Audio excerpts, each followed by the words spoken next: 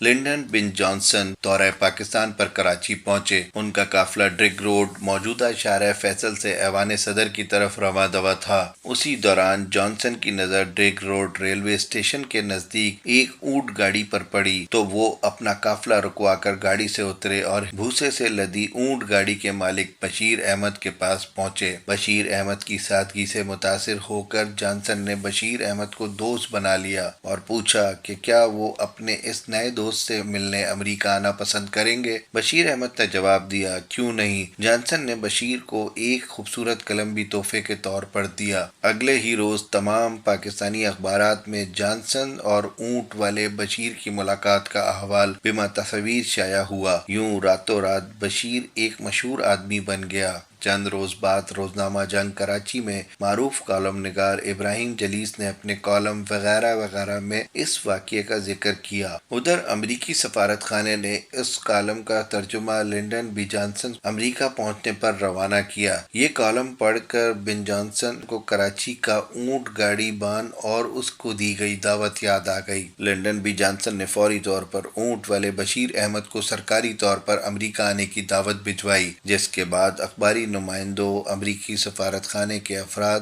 سیاح اور تماشبین سبھی نے لانڈی میں بشیر کی بوسیدہ جھوپڑی پر یلغار کر دی۔ امریکی سفارت خانے نے بشیر احمد کی عدم موجودگی میں ان کے بچوں کو روزانہ 25 روپے دینے کا انتظام کیا۔ ادھر معروف ریڈر ڈائجسٹ نے امریکہ میں بشیر احمد کا میزبان بننے کی پیشکش کر دی اور یوں 14 اکتوبر 1961 کو بشیر احمد امریکہ روانہ ہو گیا۔ پین ایم نے انہیں فرسٹ کلاس میں امریکہ کا سفر کروایا۔